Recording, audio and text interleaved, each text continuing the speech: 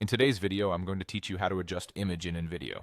By the end, you'll know exactly how to log in, open your project, select an image, and resize or reposition it with confidence, all without overcomplicating your workflow.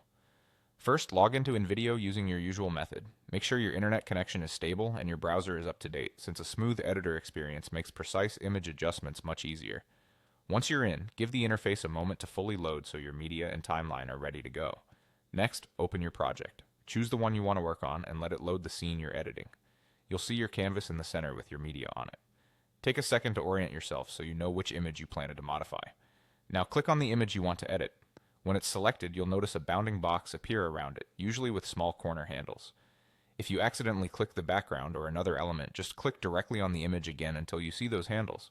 If the image sits close to other elements, zoom in on the canvas slightly to make selecting and adjusting it easier.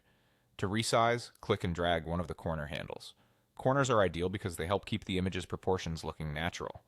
Drag outward to make the image larger, or inward to reduce its size.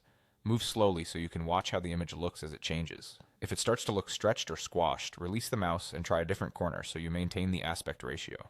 Keep in mind that dramatically enlarging a small image can reduce its sharpness, so aim for a size that looks crisp on your canvas. To reposition the image, click and drag the image itself. As you move it around, place it where it best supports your design or storytelling. Watch for any guides or subtle snapping that may help you align objects neatly.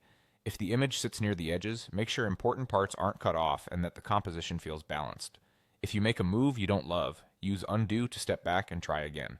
That's all there is to it. Log in, open your project, click the image, and use the corner handles to resize and simple dragging to reposition.